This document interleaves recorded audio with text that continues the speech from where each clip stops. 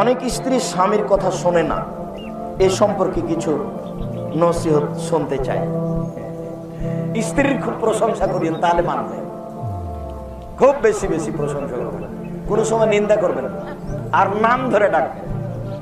এই খালেদা এদিকে শোনো, আরে তোমাকে আমি কত ভালোবাসি, তোমার মতো কোনো মেয়ে রাস্তাঘাটে দেখি না, তোমার আমাকে খুব আদর করি।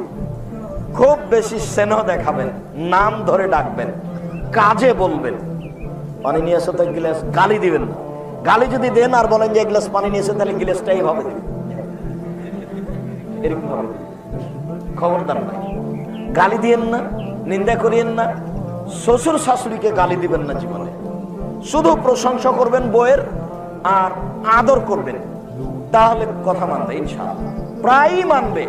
দুই একটা ব্যতিক্রম, ওর তো বুদ্ধি কম, ও তো বলবেই কিছু, তোর সংসার করবো, তোকে অমুক করবো, তো এই করবো, তো সংসারে থাকবো না, আমি গেলাম, তুই থাক। কত কথা বলবে, তার কোনো হিসাব নেই। আপনি বলবেন আমি তোমাকে খুব ভালোবাসি।